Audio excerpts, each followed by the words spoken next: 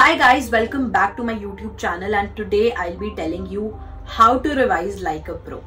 तो अभी बहुत कम टाइम बचा है and it's very very important कि आप बहुत एफिशिएंटली अपना रिवीजन करो।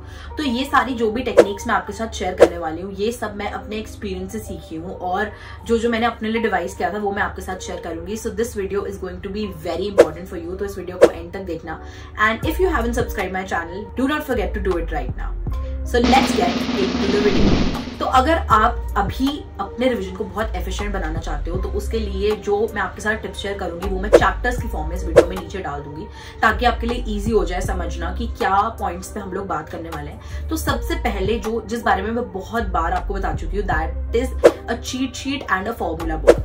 जैसे कि अगर आप कोई भी सब्जेक्ट देखते हो, फॉर एग्जाम्पल आप फिजिक्स देखते हो, तो वहां पर आपको फॉर्मूलाज बहुत ज्यादा अच्छे से टिप्स पर होने चाहिए, तभी आप क्वेश्चन बहुत जल्दी सॉल्व कर पाओगे। नीट हम जानते हैं कि बहुत ज्यादा डेरिवेशन बेस्ड क्वेश्चन नहीं आते हैं, फॉर्मूला बेस्ड डायरेक्ट क्वेश्चन आते हैं। तो अगर आपके फॉर्मूलाज टिप्स पर हैं तो आप बहुत सारे मेजॉरिटी क्वेश्चन सॉल्व कर लोगे। तो आपके पास एक फॉर्मूला बुक होनी मस्ट है और आपको कोशिश करना है कि एटलीस्ट एवरी ऑल्टरनेट डे आप फॉर्मूला बुक जरूर रिवाइज करो। कॉफी पीते हुए, चाय पीते हुए आप अपनी फॉर्मूला बुक ले लो एंड जस्ट मतलब एक बार देख लो उस चीज को, तो उससे भी आपको बहुत सारी चीजें याद रहेंगी। उसके अलावा जैसे इनऑर्गेनिक हो गया, ऑर्गेनिक हो गया, जो हम बहुत ज्यादा भूलते हैं, उसके लिए आप अपनी चीट शीट जरूर बनाओ कि जैसे इनऑर्गेनिक के जितने भी आपको रिएक्शंस हैं, ऑर्डर्स हैं, याद नहीं रहते, एक पेज पे आपके पास लिखे हो, छोटा छोटा करके लिख लो, एक पेज ऐसा बना लो ताकि आप हर ऑल्टरनेट डे, हर तीसरे दिन आप एक बार कॉफी पीते हुए, चाय पीते हुए, इधर उधर घूमते हुए बस एक बार उसको नजर मार लो। Similarly for organic. साथ में बायो के लिए अगर आपको लगता है कि यार मेरे को ना बायो में जैसे एवोल्यूशन में मुझे ये नंबर्स याद नहीं होते, तो आपने एक पेपर पे वो सारे नंबर्स एक जगह देखो। जब तक हम कंसाइज नहीं करेंगे ना चीजों को, जब तक हम सबको एक साथ नहीं करेंगे, तब तक हम याद करना हमारे लिए कॉम्प्लिकेट होगा। अगर आपको कोई फैक्ट्स याद नहीं है पर वो फैक्ट्स इतने क्लटर्ड है कि भाई मान लो एवोल्यूशन में आपको कुछ फिगर्स याद नहीं है, कुछ नंबर्स याद नहीं है और वो सब अलग अलग लिखे, कोई इधर लिखा है, कोई इधर लिखा है, तो आपके लिए उतना कॉम्प्लिकेटेड हो जाएगा उसको याद करना। अब क्या करो, एक शीट लो, उसमें सारे एक साथ लिख लो। जब आप सारे एक साथ लिखोगे ना, वो सारे आप कंसाइजली याद कर पाओगे और वो बहुत ईजी हो जाएगा। उस टाइम पे मेहनत लगेगी बट वो अल्टीमेटली आपको बहुत हेल्प करेगा। तो ये आप कर सकते हो। सेकेंड चीज जो आप कर सकते हो दैट इज मैंने बेसिकली क्या करता था, मेरे पास एक टेबल थी जिसके ऊपर एक व्हाइट बोर्ड था, तो मैं उसी टेबल पे बैठ के पढ़ती थी। मैंने क्या किया कि लास्ट के 15-20 दिन या 15-20 दिन मान लो, उस टाइम पे मुझे जो चीजें ऐसी लग रही थी ना कि मैं रिवाइज कर रही हूँ पर ये तो मैं पक्का भूलती ही हूँ, ये लाइन मुझे याद रहती ही नहीं है, ये नंबर मुझे याद रहता ही नहीं है, ये फॉर्मूला मुझे याद रहता ही नहीं है, वो मैंने ना उस पर छोटा छोटा करके नंबरिंग डाल के लिख लिया कि 1 पे ये, 2 पे ये, मुझे ये याद नहीं रहता। ऐसा नहीं है कि इसमें आप सब कुछ लिख लो, जो बिल्कुल याद नहीं रहता, जो एकदम आपको लगता है ये तो मैं भूलूंगी ही, वो आप लिख लो उस पे। एंड अल्टीमेटली क्या हुआ कि थोड़े टाइम बाद मेरी वो टेबल फिल हो गई थी पूरी। फिर मैं बस ये करती थी कि सुबह उठ के एक बार जैसे पढ़ते पढ़ते मैं थोड़ा बोर हो गई हूँ या मन नहीं कर रहा है, कुछ भी है, तो अपनी बुक्स हटाई और वो टेबल पे जो लिखा वो पढ़ने लग गई। और नीट से थोड़ी देर पहले भी, मतलब एक दिन पहले भी इनफैक्ट मैंने कुछ नहीं पढ़ा था, मैंने बस वो टेबल पढ़ी थी क्योंकि मुझे पता था कि जो मुझे याद है चीजें वो मैं नहीं भूलूंगी। कि लास्ट डे पे क्या होगा, आपको लगेगा कि यार मैं ये वाला पॉइंट भूल रही हूँ, मैं ये वाले चैप्टर में ना ये टॉपिक भूल रही हूँ, तो वो सब अगर आपने पहले ही लिखा हुआ है कि यार ये मैं भूलती हूँ और वो आपको एक जगह मिल जाए कि भाई ये टेबल पढ़ लो, ये इसमें इतने पॉइंट्स हैं जो सारे मैं भूलती हूँ, तो आप विद इन 10 मिनट्स वो सब रिवाइज कर पाओ, तो आप खुद सोच के देखो आपको कितना कॉन्फिडेंस मिलेगा। और ये वीडियोस ना अभी आपके लिए फायदा है क्योंकि यही टाइम है ये सब चीजें करने का। तो दिस वाज अनदर वे। आपके पास अगर व्हाइट बोर्ड वाली टेबल नहीं है तो आप पेजेस ले लो, व्हाइट A4 शीट ले लो और उस पर लिख लो और उसको रिवाइज कर लो। That is one and the same thing. कोई व्हाइट बोर्ड है, ब्लैक बोर्ड है, ब्लैक बोर्ड पे तो आई थिंक इतना नहीं लिख पाओगे, कोई व्हाइट बोर्ड है या कुछ है, उस पर स्केच पेन से मैंने छोटा छोटा लिखा था।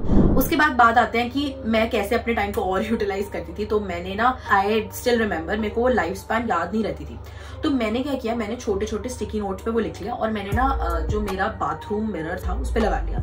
तो जब मैं ब्रश करती थी रोज, तो मैं ब्रश करते करते वो देख लेती थी, तो मुझे वो भी याद हो गया उसके साथ। तो this is how smartly you need to work right now. देखो उसके बाद नीट के बाद आपको याद रहे या नहीं, इट डजंट मैटर। आपको लाइफ स्पैन किसी डॉग की या उसकी नहीं याद रह रही है नीट के बाद, उससे फर्क नहीं पड़ेगा, आपको 1 महीने के लिए याद करना है। तो इससे तो अच्छी बात ही नहीं हो सकती, उसके बाद आप भूल जाना चाहे। तो अभी के लिए आप कैसे याद रख पाओगे इतना सारा, जब आप ये छोटी छोटी चीजें अप्लाई करोगे। आप वॉल पे लगा लो, अपने रूम के जहां आप बैठते हो वहां लगा लो, उसके सामने लगा लो, आपको दिमाग मतलब नजरों से वो जाता रहेगा तो आपको याद रहेगा। तो this is one more thing जो आप कर सकते हो। साथ में the next thing which I want to tell you is कि आप अब जब एनसीईआरटी पढ़ो, take one sketch pen, 2 colour के आप स्केच पेन्स ले लो या फिर 2 कलर के हाइलाइटर्स ले लो, और जो बिल्कुल आपको पॉइंट्स लग रहे हैं ना कि मतलब अब पूरे पैराग्राफ में मेरे को पूरा पैराग्राफ पता है कि क्या लिखा है, मुझे ये 2 पॉइंट नहीं याद है, मुझे ये 2 टॉपिक याद नहीं है, या मुझे 2 ये चीजें याद नहीं है, उनको उन कलर्स ऑफ हाइलाइटर से हाईलाइट जरूर करो, क्योंकि जब आप अब दोबारा रिवीजन करोगे ना, you won't have that much time कि आप एक एक वर्ड एनसीईआरटी का पढ़ो, आपको फटाफट से देखना पड़ेगा कि यार ये भूलता हूँ, ये भूलता हूँ, ये भूलता हूँ। तो हाईलाइट अगर नहीं होगा तो कहाँ से ढूंढोगे वो चीजें? तो टाइम सेव करना है, एफिशिएंट करना है सब कुछ, तो हाईलाइट करना इज वेरी इंपॉर्टेंट। उसके अलावा अगर हम बात करते हैं सब्जेक्ट्स लाइक फिजिक्स, जहाँ पे आपको क्वेश्चंस भी रिवाइज करने होते हैं, जहाँ आपको क्वेश्चंस देखने पड़ेंगे दोबारा, उसमें आपको this is the must thing जो आपको करनी है कि आप अपने क्वेश्चंस को स्टार मार्क करो कि ये क्वेश्चन मैं गलत करता ही करता हूँ, इस टाइप का क्वेश्चन मेरा डाउट आता ही आता है। देखो, जो क्वेश्चन आपके डाउट होंगे ना वो आपके डाउट ही रह जाएंगे, और फिर आपको नीट के एग्जाम में वही सेम क्वेश्चन आएंगे, आपको लगेगा यार ये मेरा डाउट था और आज भी नहीं हो रहा मुझसे। तो ऐसा ना हो, इसके लिए आप अपने क्वेश्चन स्टार मार्क करो, ताकि आप एक बार अभी और वो स्टार मार्क क्वेश्चंस पढ़ो सिर्फ कि भाई ये वाला क्वेश्चन मेरे को नहीं आता। सब पढ़ने का मतलब नहीं होता, सब अब आपके ब्रेन में सबकॉन्शियस में बैठ चुकी है कुछ चीजें कि ये अगर आई ना आप कर ही लोगे, जो नहीं कर पाओगे वो वही नहीं कर पाओगे, वही गलत करोगे। तो स्टार मार्क करना very important, plus previous year questions revise करने ही हैं, क्योंकि बहुत सारे क्वेश्चंस एज इट इज आएंगे और वो आपके कॉन्फिडेंस को बूस्ट करेंगे नीट वाले दिन कि यार ये तो मैंने अभी किया था, ये क्वेश्चन तो मैंने 3 दिन पहले ही देखा, ये क्वेश्चन तो मैंने 4 दिन, और ऐसा होता है।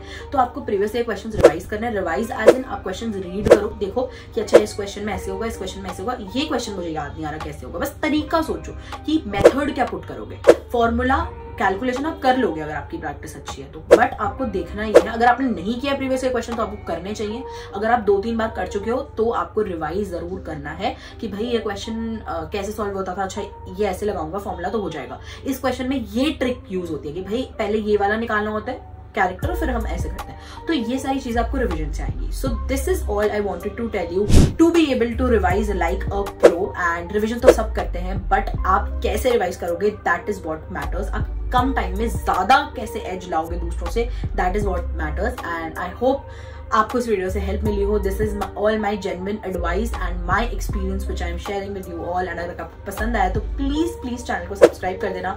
Telegram channel Ishta for you please join कर लेना, वहां पे मैं आपके साथ बहुत सारी चीजें शेयर करने वाली हूँ। इंस्टाग्राम पे भी आप मुझे फॉलो कर सकते हैं। And I hope you enjoy. See you, bye bye.